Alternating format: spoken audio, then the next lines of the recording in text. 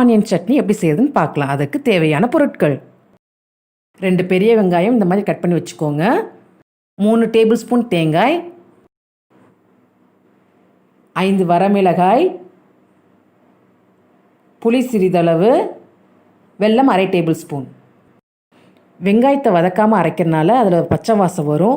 ஒரு சில வெங்காயம் ரொம்ப காரமாக இருக்கும், அது தெரியாமல் இருக்கிறதுக்காக தான் இந்த வெல்லத்தை சேர்க்குறோம். உப்பு தேவையான அளவு. சட்னி தாளிப்பதற்கு கடுகு அரை டேபிள் ஸ்பூன், உளுத்தம்பருப்பு அரை டேபிள் ஸ்பூன், 1 வரமிளகாய் கிள்ளியது, தேவையான அளவு கருவேப்பிலை, தேங்காய் எண்ணெய் 1½ டேபிள் ஸ்பூன்.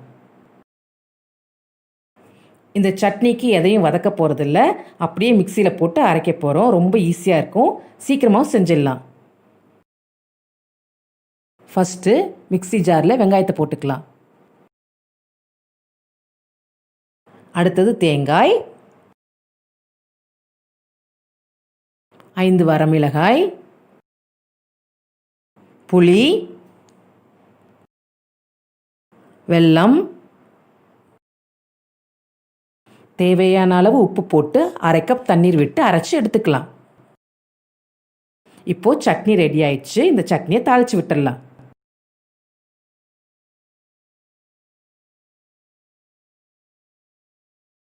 கடாய் சூடானதும் தேங்காய் எண்ணெய் சேர்த்துக்கலாம்.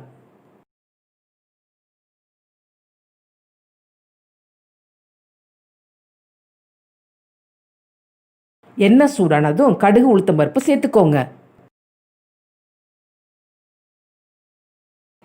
கடுகு பொரிஞ்சதும் வரமிளகாய் சேர்த்துக்கோங்க. இப்போ கருவேப்பிலை போட்டு ஸ்டவ்வை ஆஃப் பண்ணிடலாம்.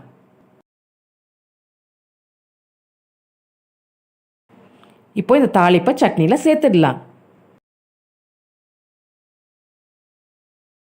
இந்த சட்னி இட்லி, தோசை, குழி பணியாரத்துக்கு ரொம்ப நல்லாயிருக்கும். இந்த சட்னியை செஞ்சு பார்த்துட்டு டேஸ்ட் எப்படி இருக்குங்கிறத கமெண்ட் செக்ஷனில் சொல்லுங்கள். இந்த வீடியோவை லைக் பண்ணுங்கள், ஷேர் பண்ணுங்கள், மறக்காமல் எங்கள் சேனலுக்கு சப்ஸ்கிரைப் பண்ணுங்கள்.